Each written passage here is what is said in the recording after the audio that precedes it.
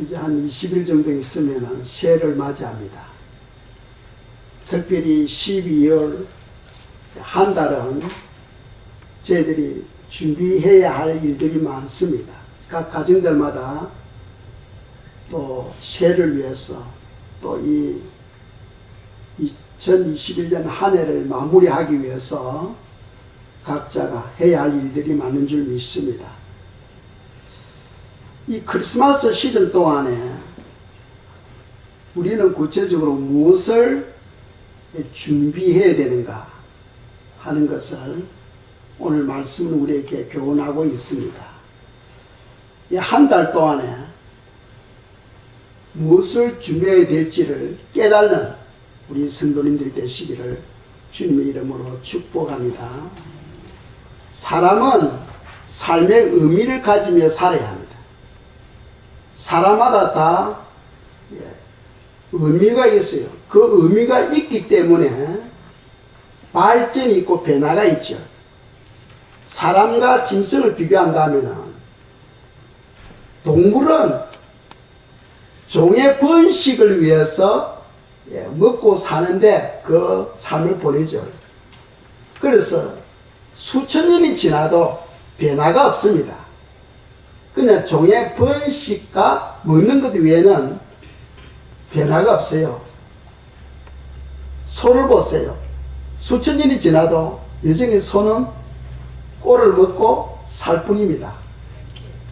그러나 사람은 동물하고 다르죠. 사람에게는 삶에 대한 의미가 있어요. 그 의미가 있기 때문에 우리에게는 발전이 있고 변화가 있는 거죠. 그런데 사람들마다 그 삶의 의미는 다 다릅니다. 어떤 사람은 이런 모양으로 살아가고 저런 모양으로 살아가고 그 삶의 의미는 각 사람마다 다르지만은 오늘 성경에서 우리에게 주시는 삶의 의미가 있다는 거예요. 그것은 다른 말로 또 표현한다면 하나님께서 우리에게 요구하시는 그런 인생의 목표다. 목표. 그렇게 우리가 또 생각할 수 있어요. 그래서 성경에서 우리에게 요구하는 그 삶의 의미는 무엇이냐? 바로 오늘 본문에서 우리에게 교훈하고 있다는 거죠. 예전에 한 200년 전 한국의 그 왕조 시대와 오늘날 우리가 살고 있는 이 삶을 비교한다면 엄청나게 다르죠.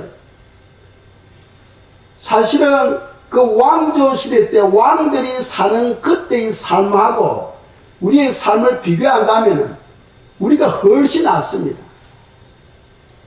그 당시에는 전화기도 없었어요. 요즘은 초등학생들도 다 전화기를 가지고 있습니다. 그때는 텔레비전이라든지 또는 자동차 이런 것이 없었죠. 왕들도 없었어요. 그런데 오늘날 우리들은 집집마다 다 넘칩니다. 그런데 문제는 뭐냐면 그들에게는 삶에 대한 행복이 있었고 오늘날 우리의 삶에는 행복을 찾기가 어렵다는 거죠. 그럼 왜 그러느냐? 왜 그러느냐? 삶의 모든 부분은 왕조 시대 때보다도 지금 훨씬 낫는데 왜 우리 삶에 행복이 없느냐? 그것은 성경은 말씀하죠. 마태복음 4장 4절에 보면은 예수님께서 말씀하시는데 사람이 떡으로만 살 것이 아니요 하나님의 입으로부터 나오는 모든 말씀으로 살 것이니라 하고 말씀하고 있어요. 짐승은 먹는 것으로서 만족하지만은 사람은 떡만으로는 살 수 없다는 거예요. 왜? 삶의 의미가 있기 때문에 그 의미를 추구하며 나가야 그게 평강이 있고 그게 행복이 있다는 거예요. 그래서 성경에서 우리에게 주시는 교훈은 뭐냐면 여호와 입으로부터 나오는 그 모든 말씀으로 살아야 된다는 거죠. 그 말은 다른 말로 쉽게 표현한다면 사람은 하나님을 찾고 하나님을 만나야 된다는 거예요. 하나님을 찾고 하나님을 만나야 된다. 그것이 진정한 삶의 의미다 하고 우리가 말할 수 있겠습니다. 여러 가지 환경은 예전보다도 훨씬 좋아졌지만 사실 우리 삶에 보면은 많은 사람들이 자살하고 있고 또 많은 가정들이 쪼개지고 있어요. 삶은 좋아졌는데 실제로 우리 삶에 보면은 그렇지 않습니다. 그래서 행복을 찾아보기가 힘이 들어요. 그 원인을 좀 전에 말씀드린 것처럼 사람은 떡으로만 살 수 없다는 거죠. 하나님의 입으로부터 나오는 모든 말씀으로 살아야 된다. 그것은 하나님을 만나야 된다. 하나님을 만나야 된다 하는 사실을 기억하시기 바랍니다. 자, 삶의 의미를 우리가 만들어야 돼요. 삶의 의미를 만들기 위해서는 몇 가지가 필요합니다. 첫째로 우리가 삶의 의미를 만들기 위해서는 믿음이 있어야 된다는 거죠. 그래서 히브리서 11장 6절에 보시면 믿음이 없이는 기쁘시게 못하나니 하나님께 나아가는 자는 반드시 그가 계신 것과 또한 그가 자기를 찾는 자들에게 상 주신이심을 믿어야 할지니라 하고 말씀하고 있습니다. 그래서 성도는 하나님을 기쁘시게 하려면 믿음이 있어야 된다. 그리고 하나님을 찾는 영혼들에게는 상을 주신다 하고 말씀하고 있습니다. 상을 주신다.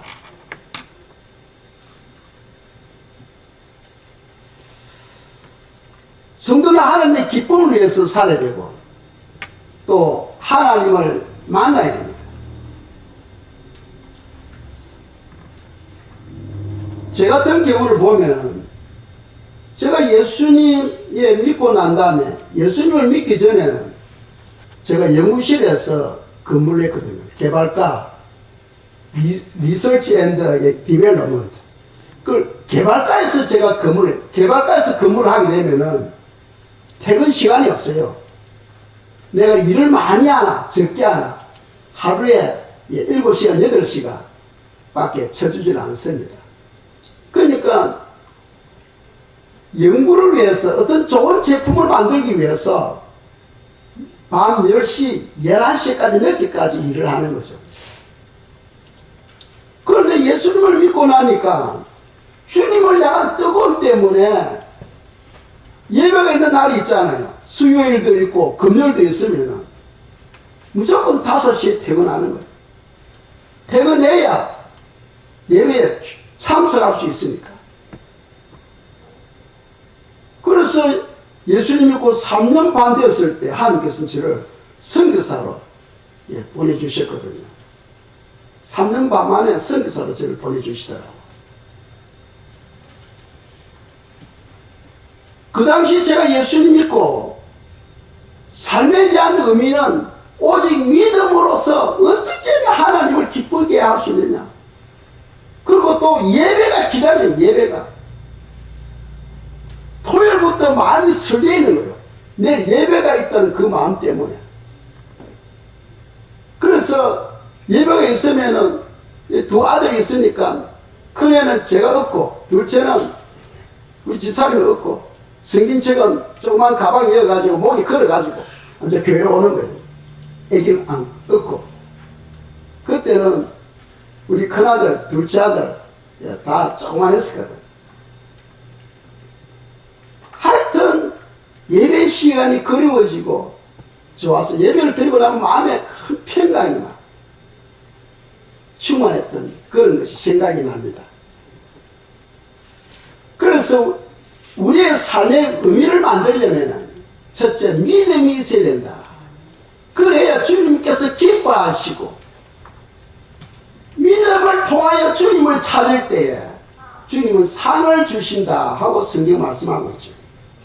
두 번째로 우리의 삶을 의미 있게 만들려면은 소망이 있어야 돼요. 소망. 많은 사람들은 소망이 없으니까 자살하게 되고 우울증에 걸리게 되고 갖가지 병에 걸리게 돼요. 소망이 있어야 되는 겁니다.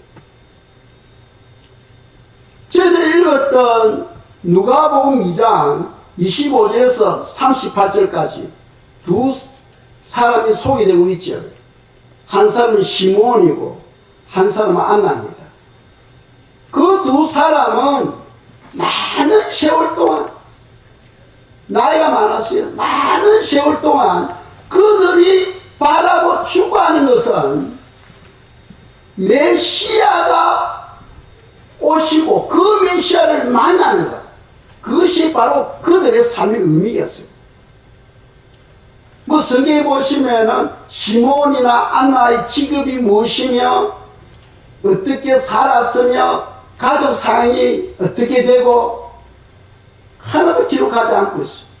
오직 기록하고 있는 것은 그들이 금식하며 기도하며 메시아가 오기를 사모하며 기다렸다는 것. 그것이 바로 그들의 삶의 의미였다는 거죠. 오늘 우리가 이 시간을 통하여 예수님의 그 재림에 대해서 우리가 삶의 의미를 우리가 깨닫고 그것을 추구하는 시간 되기를 축복합니다. 예수님은 2000년 전에 이 땅에 초림하셨어요. 성경 분명히 말씀하죠. 그분은 반드시 다시 오신다 하고 약속하고 있습니다. 반드시 다시 오신다. 그러니까 현재 우리 기독교인들은 다시 오실 주님을 기다릴 줄 알아야 돼요. 시몬과 안나가 숱한 많은 세월 동안 주님의 그 초림을 기다리며 금식하며 기도하며 결국 그 많은 소원을 하나님께서 응답해 주심으로써 그들이 아기 예수를 만났잖아요. 아기 예수를 품에 품고 기뻐하면서 하나님께 영광을 올려드리는 그런 부분들이 성경에 지금 기록되어 있거든요. 그래서 하나님께서 우리에게 요구하는 것, 또 우리가 살아가면서 삶의 진정한 의미는 무엇이냐? 주님께서 다시 오심을 사모하며 기다리는 거라는 거죠. 기다리는 것. 물론 사람이니까 먹어야 됩니다. 입어야 됩니다. 그것도 필요해요. 그러나 우리의 삶의 가장 중요한 핵심과 목적이 무엇이냐는 거죠. 그것을 우리가 깨닫고 추구하며 살아야 된다는 겁니다. 세 번째로 삶의 의미를 만들려면은 거기에는 사랑이 있어야 되죠. 사랑. 하나님은 사랑이십니다. 하나님은 사랑이십니다. 그래서 자기 백성들이 사랑의 사람이 되기를 원하십니다.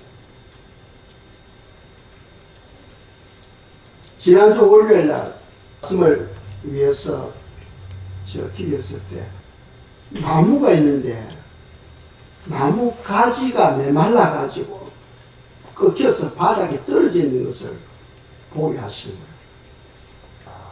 제가 이건 그냥 뭐 흘러가는 걸로 그냥 생각하고 있었어요. 그런데 자꾸 제 마음이 생각이 나는 거예요. 왜 메마른 가지가 바닥에 있는 걸 내가 나에게 보게 하셨지?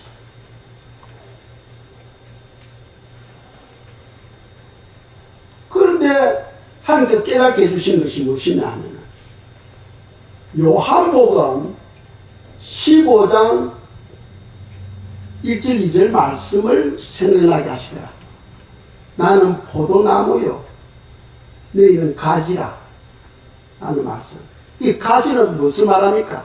성도들을 말해요. 성도들. 성도들의 그 영적인 상태, 그 가지가 한 두서너 개가 완전히 말라가 가지에서 부러져서 바닥에 있는 부분을 주님께서 보게 하시더라. 그걸 보고 나더니 내 마음에 근심이 오는 거예요. 아니, 우리가 예배를 드리고 있잖아. 우리가 금요일에 기도하고 있잖아요. 주님, 우리가 주님을 찾고 주님께 기도하고 있는데 왜 성도님들이 이렇게 메마른 가지처럼 이 모습의 사람들이 있습니까? 그런데 주님께서 제 마음에 깨닫게 해주신 것이 무엇이냐면 하나님은 사랑이다. 나를 사랑하는 자가 나의 사랑을 입으며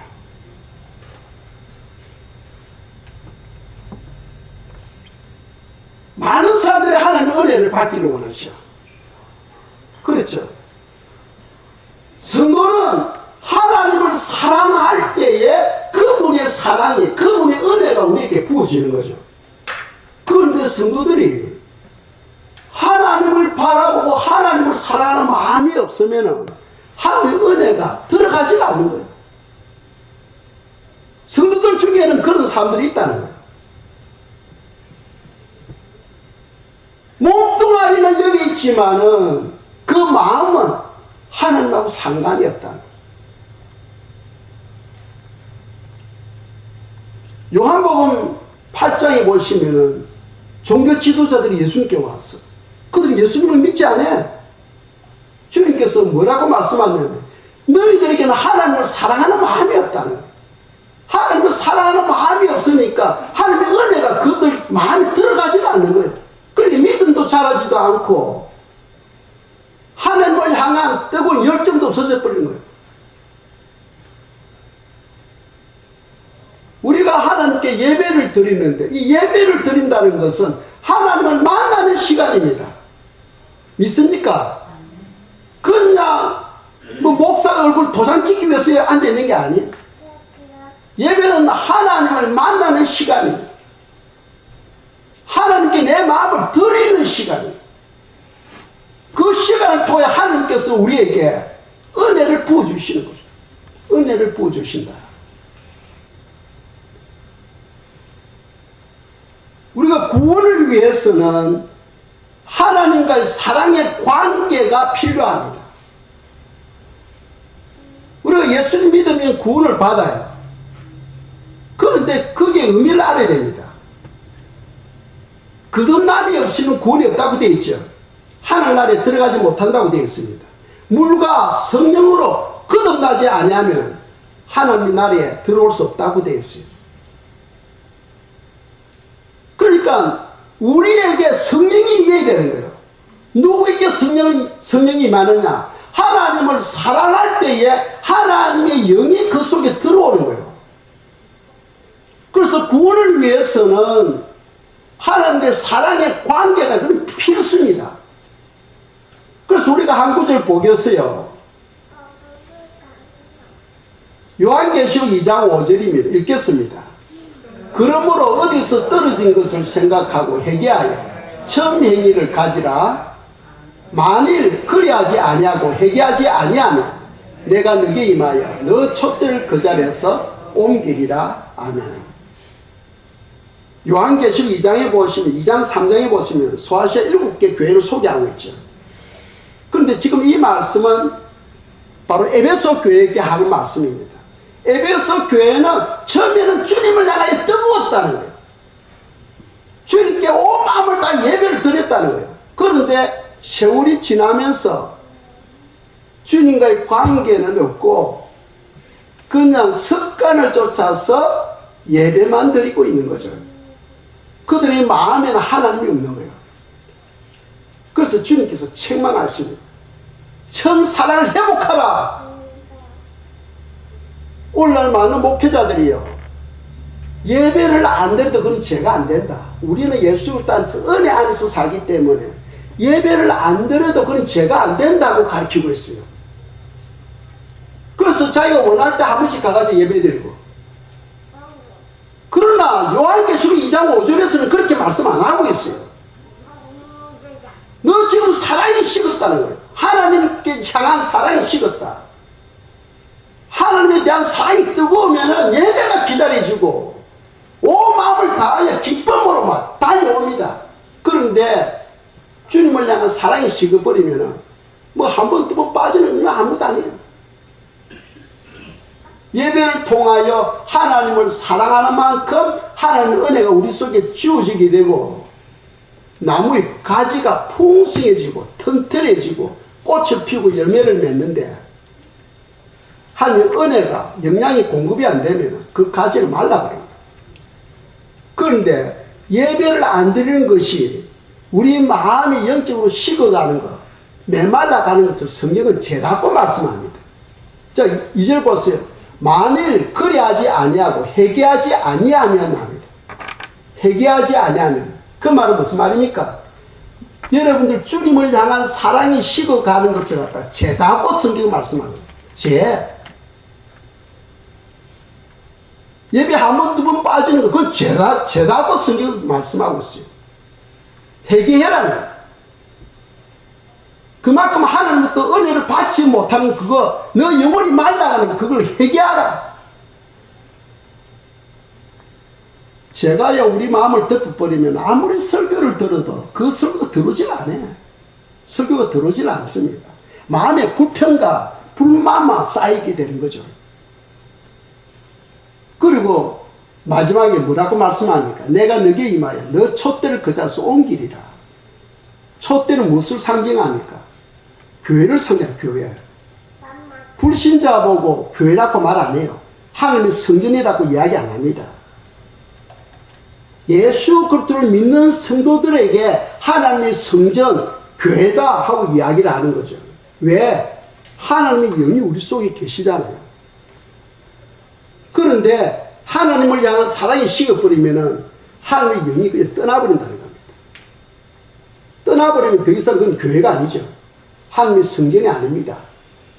이렇게 무슨 말씀을 에베소 교회에게 하나님께서 책망하고 있는 거죠. 우리가 구원을 받으려면 하나님을 향한 사랑이 뜨거워야 돼요.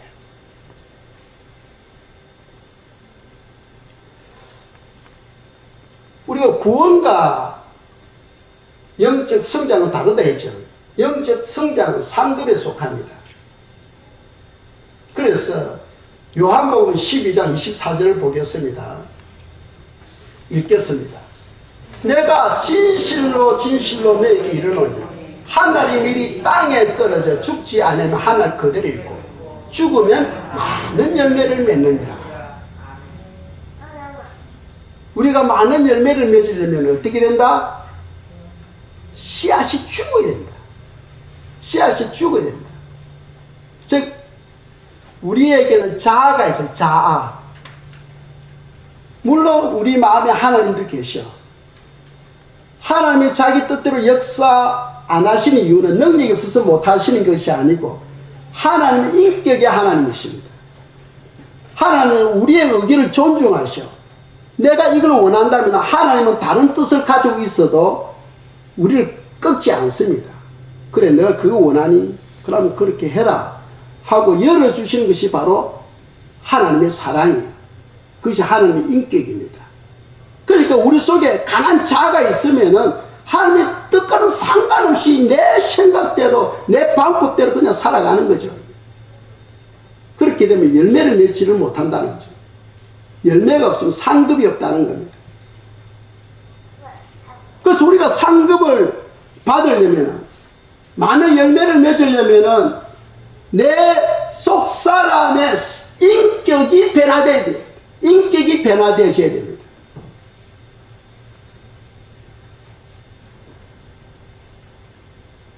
사람은 성령에 의해서 내 속 사람이 변화되어져야 돼요.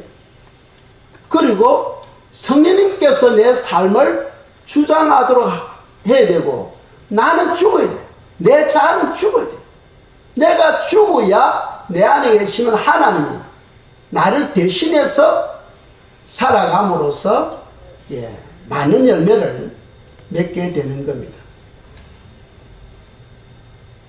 하나님께서 우리 삶에서 역사하는 것을 우리가 인정하고 그분을 사랑할 때에 그분이 우리를 대신해서 주관해 가시는 거죠.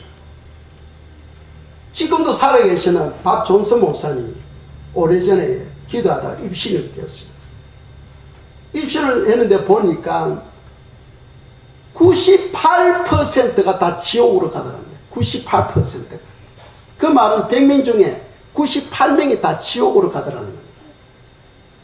그리고 겨우 2%만 천국으로 가는데, 이 박종선 목사님이 천국을 가기 위해서 천국 문에 가니까 문 입구에 예수님이 서 있고 들어가기 위해서 몇몇 성도님들이 줄을 서 있더랍니다.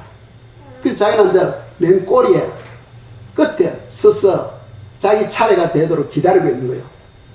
그런데 주님께서 한 사람 한 사람 이렇게 질문하는 것이 무엇이냐면, 너가 세상에 있을 때 사랑을 배웠느냐?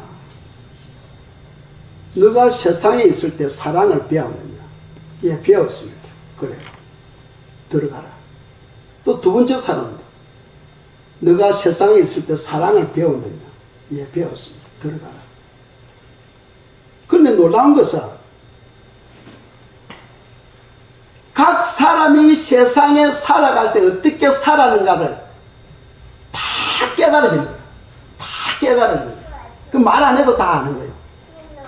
그러니까 이제 마지막에는 네 번째는 할머니가 서 있는 거예요. 그런데 이 할머니를 보니까, 박종선 목사님이 할머니를 보니까, 이 할머니는 세상에 살면서 입만 벌리면 막 욕설인 거예요. 맨날 집에서 욕하고 다른 사람들에게 막 욕을 하고 입만 벌리면 욕을 하는 거예요. 근데 예수님을 믿어. 주님 앞에 서서 주님께서 묻습니다. 너가 세상에 있는 동안에 사랑을 배웠느냐? 예, 배웠습니다. 그래, 너가 사랑을 배웠지만 열매가 없다. 즉 상급이 없다. 들어가라. 천국에는 들어가지만 상급이 없다 하시더랍니다. 그래서 이제 박 목사님, 박종선 목사님 차례가 된 거예요. 너는 다시 세상으로 가라. 너는 지금 천국에 못 들어간다. 다시 세상으로 가라 하면서 하나님께서 몇 가지 말씀을 주시면서 세상으로 다시 돌아오게 된 거예요. 하나님은 사랑이시고 천국은 사랑의 사람만 들어갈 수 있다. 그리고 사랑을 우리가 행할 때에 그것이 열매가 된다 하는 것을 교훈하고 있는 거죠. 그래서 주님께서 우리에게 계명을 주셨잖아요. 두 가지 계명이 됐죠. 하나는 뭡니까? 예수 그리스도를 믿는 믿음입니다. 예수 그리스도를 믿는 것. 두 번째 계명은 이웃을 내 몸과 같이 사랑하는 것. 그래서 우리가 사랑을 실천할 때 사랑의 열매가 맺어지게 됩니다. 그런데 주님은 성경에 보시면은 이웃을 사랑하라고 되어 있어요. 이웃을 사랑하는데 어떻게 사랑하느냐? 특별히 믿음의 사람들에게 사랑하라 하고 돼요. 믿음의 사람들. 그러니까 우리가 그런 사랑을 실천하는 건 무엇입니까? 가장 우리 삶에 두드러지는 것이 친교거든. 친교. 우리가 예배 드리고 난 다음에 친교 당원들이 열심히 음식을 준비해서 설빙하잖아요. 그러면 성도들이 그 시간에 음식을 즐기면서 또 교제를 갖습니다. 그 친교를 준비하는 사람들, 자기 물질 들이지요, 자기 시간 들이지요, 자기 관심을 들이지요. 그 가벼운 거 아니에요. 주님은 이렇게 말씀합니다. 냉수 한 컵도 섬기는 것을 하는 그 상을 잊어버리지 아니하신다. 반드시 갚아주신다고 되어 있어요. 그런데 물 한 컵조차도 하나님께서 반드시 갚아주신 하나님께서 믿음의 가정들에게 온 정성을 다하여 음식을 다하여 섬기는 것, 그 상급이 얼마나 크냐는 거예요. 여러분들 신교에 물질 들어가는 거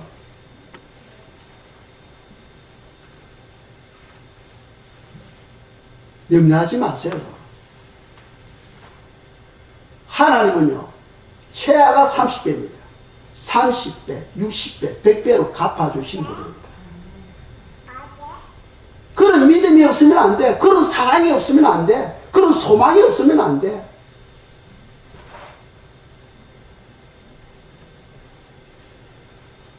옛날에 양치는 목동들이 있었어요. 이 목동들의 삶은 뭡니까? 인간 사이에서 가장 낮은 신분이 바로 목동이거든. 목동들은 양을 치는 일입니다. 밤에도 양우리와 함께 자야 돼요. 왜? 밤에 짐승들이 나타나니까. 낮에도 밤에도 항상 양우리와 함께 해요. 그런데 밤 되면은 돌을 벽에 삼아 하늘을 보면은 뭐만 보입니까? 별만 보이잖아. 예수님이 탄생할 때에 제일 먼저 천사가 목동들에게 와서 메시아가 탄생했다. 너희들이 가서 경배하라 하고 천사가 이야기해 줍니다. 그들이 신분이 낮아서 천사들이 온 게 아니에요. 목동들은 신분은 가장 낮았지만은 그들에게 한 가지 소망이 있다면은 메시아가 온다. 오시는 메시아를 사모하며 기다리는 것이 그들의 즐거움이었습니다. 그들의 삶의 의미였어요. 하나님은 그들의 마음의 소원을 들어주시고, 예수가 태어났을 때 제일 먼저 목동들이 가서 경배하게 됩니다. 얼마나 큰 영광입니까? 주님은 우리들에게 진정한 삶의 의미가 무엇인지 성경을 통해 우리에게 말씀하고 있어요. 진정한 삶의 의미가 무엇이냐? 다 각자 나름대로 삶의 의미가 다 다르겠죠. 자기가 추구하는 그 목표가 다르다는 거예요. 그런데 진정으로 참된 삶의 의미는 바로 주님께서 오늘 말씀을 통해 이것이 바로 진정한 삶의 의미다 하는 것을 우리에게 말씀하고 있다는 거예요. 그 주시는 경우는 하나님은 자기를 간절히 사랑하고 자기를 기다리는 영혼들에게 찾아오신다는 거예요. 그 말은 무슨 말이냐면 주님께서 재림하시고 신부들을 찾아러 오시는데 누구에게 오시느냐? 신랑 되시는 예수님을 사모하며 사랑하며 그분을 기다리는 영혼들에게 찾아오셔서 휴거의 반열에 서게 하신다는 거예요. 말씀을 통하여 우리에게 주신 교훈이 그겁니다. 우리가 이 땅에 아무리 살아도 휴거 때 우리가 들임을 받지 못한다면은 이 땅에 남게 되면은 그 무서운 환난을 통과해야 되잖아요. 무서운 환난을 통과해야 됩니다. 그 환난이 너무나 무섭기 때문에 하나님께서는 자기를 사랑하고 자기를 기다리는 영혼들을 환난 전에 올리신다는 거죠.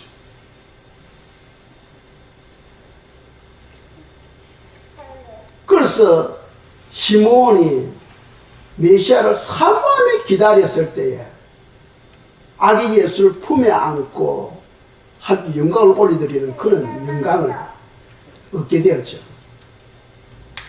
안나 할머니도 금식하며 기도하며 성전에서 오실 메시아를 사모하며 기다렸을 때에 아기 예수를 품에 안는 그런 영광을 얻게 되었죠.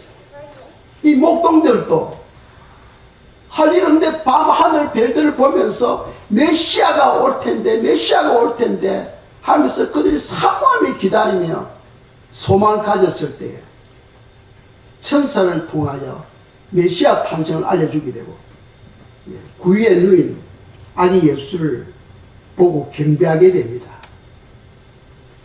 제가 예전에 시골에 있을 때 밤하늘에 얼마나 여름 되면 더워요. 그러면 옷 다 벗고 텐트만 걸치고 마당에 매트를 깔고 누워있으면 하늘에 어찌들이 별이 많았던지. 도시에 사니까 별이 안 보여. 그런데 시골에 가면 별이 많이 보입니다. 그 별을 보면서 저는 무슨 생각을 했냐면, 사람이 영원히 죽지 않고 별과 별 사이를 다닐 수 있는 길이 있을 텐데 하면서 저는 항상 그런 생각만 했어요. 여름밤에 누워서 별을 보면서 사람이 영원히 죽지 않고 별과 별 사이를 다닐 수 있는 그런 길이 있을 텐데, 결국 저는 그 길을 찾았어요. 여러분도 찾은 줄 믿습니다. 예수님이 바로 내가 길이다. 예수님을 믿고 부활된 몸은 죽음이 없잖아. 죽음이 없잖아요. 이 주님과 함께 영원히 사는 그 길이 있는 거죠. 주님을 사모하며 기다리는 것. 주님을 사모하며 기다리는 것. 그것이 바로 오늘날 살아가는 성도들이 깨어있는 삶입니다. 성경에 보시면 깨어있으라 깨어있으라 계속 말씀하잖아요. 어떻게 하는 것이 깨어있느냐?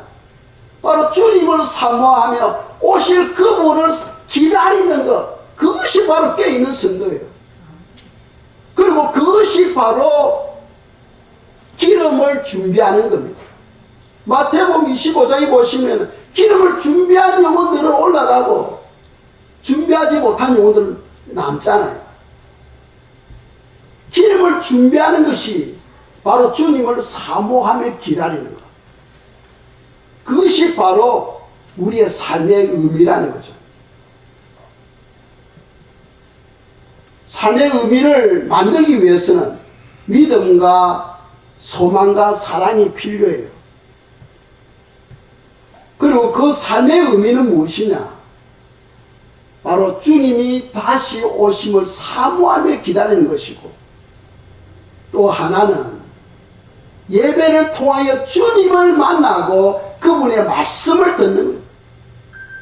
예배를 통하여 주님을 만나고, 그래서 다윗이 고백한 말씀이 뭡니까? 예배는, 함께 드려지는 예배는 주님의 얼굴을 뵙는 것이라고 이야기해요. 주님의 얼굴을 뵙는 것. 이 시간 여러분들이 주님을 지금 만나는 시간이에요. 이 시간. 그만큼 예배가 중요한 거예요. 우리가 주님을 예배를 통하여 사모하고 그분을 바라보고 다시 오실 것을 기대하며 그분의 말씀을 들을 때에 우리가 주님께 마음이 열려지게 되고, 열려진 그 마음을 통하여 하나님의 은혜가, 하나님의 사랑이 우리 속에 부어지게 되는 거죠. 그런데 그것이 없으면은 우리는 메마른 가지가 되어버렸어. 나중에는 잘려서 버림을 당하게 돼요. 항상 주님께 마음을 활짝 여는 우리 성도님들이 되실 주님의 이름으로 축복합니다. 주님께 사랑을 올려드릴 때에 하나님의 그 사랑이 우리에게 부어지게 되는 거죠. 그 성경에 보시면 바리새인 시몬이 예수님 일행을 초대했잖아요.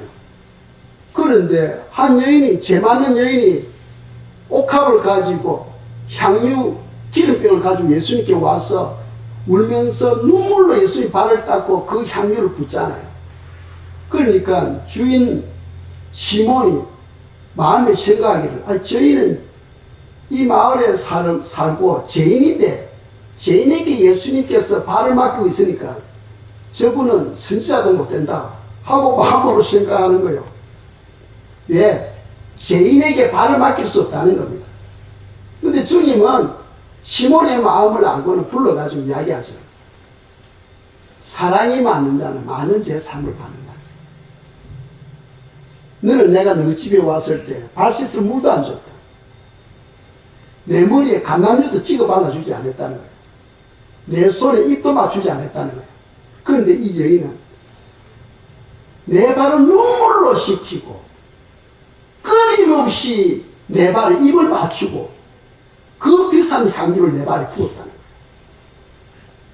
그 이유는 하나님을 향한 사랑이 많기 때문이다 하고 성경 말씀하고 있어요.